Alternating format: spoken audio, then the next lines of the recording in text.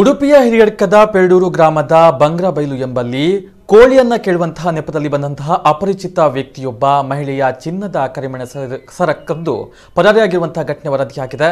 ಶೋಭಾ ಎಂಬ ಮಹಿಳೆಯ ಮನೆಗೆ ಬೈಕ್ನಲ್ಲಿ ಬಂದಂತಹ ವ್ಯಕ್ತಿ ಕೋಳಿ ಇದೆಯೇ ಎಂದು ಕೇಳಿದ್ದು ತಮ್ಮಲ್ಲಿ ಮಾರಾಟ ಮಾಡುವ ಕೋಳಿ ಇಲ್ಲ ಎಂದು ಶೋಭಾ ಹೇಳಿದ್ದಾರೆ. ಈ ವೇಳೆ ಆತ ಇನ್ನೆರಡು ಮನೆಯಲ್ಲಿ ಕೋಳಿ ಇದೆಯೇ ಎಂದು ಕೇಳಿ ಬರುತ್ತೇನೆ ಎಂದು ಹೇಳಿ ಹೋಗ್ತಾನೆ. ಸ್ವಲ್ಪ ಸಮಯದಲ್ಲಿ ವಾಪಸ್ಸು ಬಂದು ಎಲ್ಲಿಯೂ ಕೋಳಿ ಸಿಗಲಿಲ್ಲ ಎಂದು ಹೇಳಿ ಮನೆಯ ಪಕ್ಕದಲ್ಲಿ ಇದ್ದಂತಹ ಜಂಬೂ ನೇರಳೆ ಕಾಯಿಯನ್ನ ಕೊಯ್ತಾ ಇದ್ದಾಗ ಆತನಿಗೆ ಶೋಭಾ ಪ್ಲಾಸ್ಟಿಕ್ ಕವರನ್ನ ನೀಡಿ ಹೋಗ್ತಾರೆ. ಹಿಂದಿನಿಂದ ಬಂದಂತಹ ಆತ ಶೋಭಾರವರ ಕುತ್ತಿಗೆಗೆ ಕೈ ಹಾಕಿ ಕುತ್ತಿಗೆಯಲ್ಲಿದ್ದಂತಹ ಕರಿಮಣಿ ಸರವನ್ನ ಕಸಿದು ಪರಾರಿಯಾಗಿದ್ದಾನೆ. ಕರಿಮಣಿ ಸರ 4 ಪವನ್ ಇದ್ದು ಸುಮಾರು 1,20,000 ಮೌಲ್ಯದ್ದಾಗಿದೆ. ಈ ಬಗ್ಗೆ ಹಿರಿಯಡ್ಕ ಪೊಲೀಸ್ ಠಾಣೆಯಲ್ಲಿ ಪ್ರಕರಣ ದಾಖಲಾಗಿದೆ.